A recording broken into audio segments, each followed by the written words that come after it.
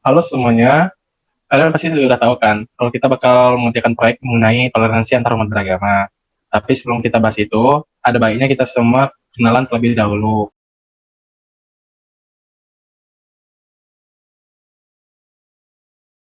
Wah, Kiel, kamu di sini juga ya ternyata. Kamu masuk USU juga.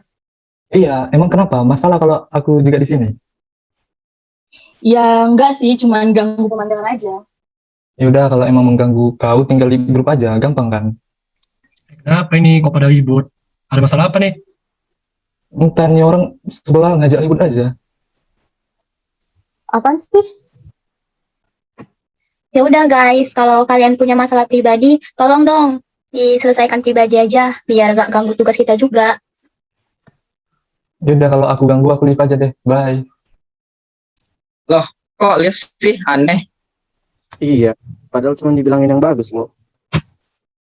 Bukannya mau ikut campur aku ya, tapi kalau kami boleh tahu kalian sebenarnya ada masalah apa ini?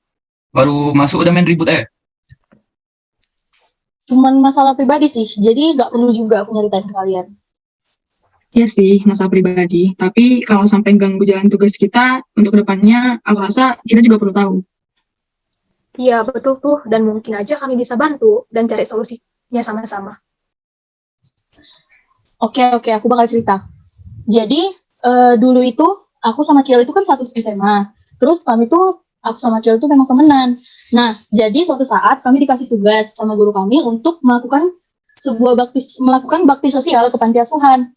Tapi sebelumnya, aku mau jelasin, kami itu 7 orang, satu kelompok itu 7 orang. 5 orang agama Islam dan 2 orang tuh Kristen. Jadi, mayoritasnya itu Islam dong ya, dan minoritas itu Kristen. Nah, habis itu kami udah memutusin bakal ke panti asuhan yang Kristen. Tapi si Kiel ini, dia bilang, gak mau, kita bagusan ke panti asuhan yang Islam aja.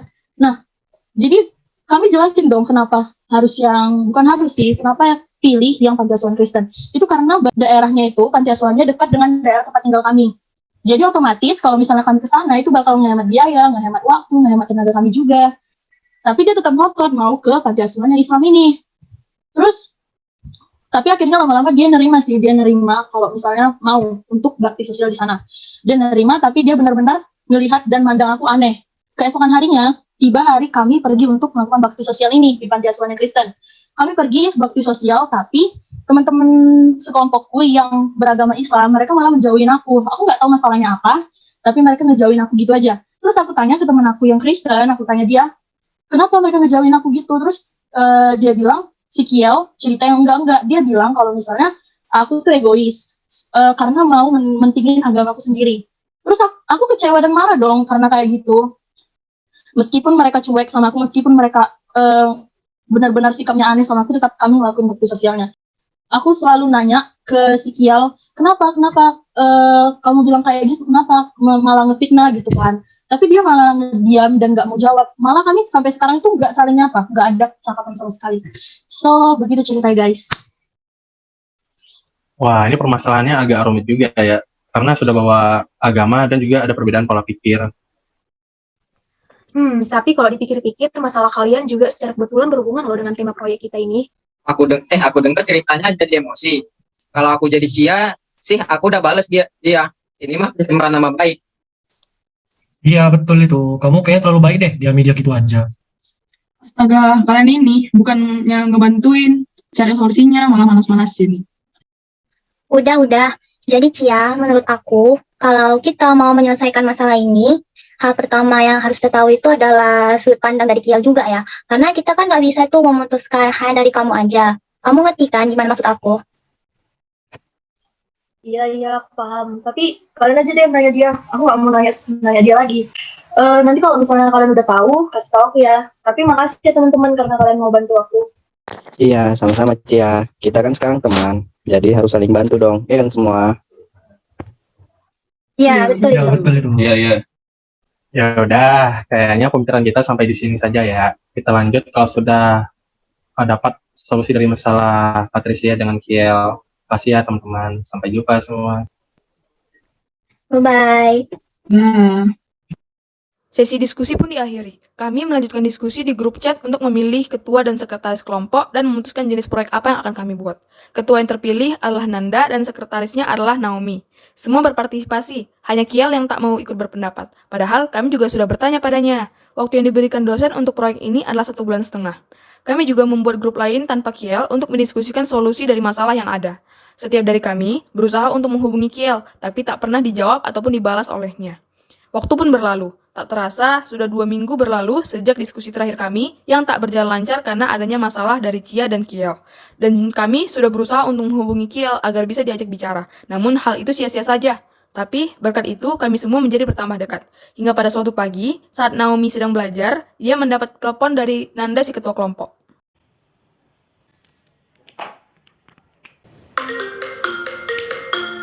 Iya Nanda, Assalamualaikum. Ada apa ya? Waalaikumsalam Nami. Jadi gini, aku barusan dapat info dari grup ketua dan dosen dikatakan bahwa pengumpulan tugas dipercepat menjadi 2 minggu lagi. Hah? Kok gitu sih? Kan waktunya dikasih 1,5 bulan. Harusnya kita masih ada 1 bulan lagi dong. Iya, tapi waktunya dipercepat jadi sebulan. Jadi dalam 2 minggu ini mau nggak mau kita harus sudah siap. Aduh, gimana itu? Masalah Kiel sama Cia aja belum selesai. Nggak mungkin kan kita mulai proyeknya kalau masalah mereka belum selesai.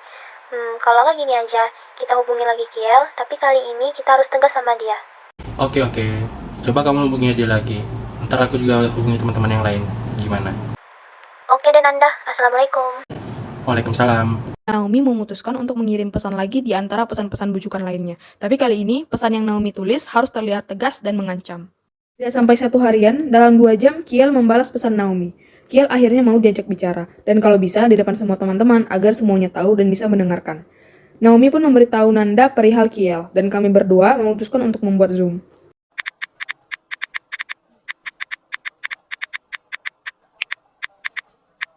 Nah, jadi di sini kalian bisa lihat sendiri kan, ada Kiel yang mau bicara sesuatu sama kita semua. Jadi untuk Kiel, silakan.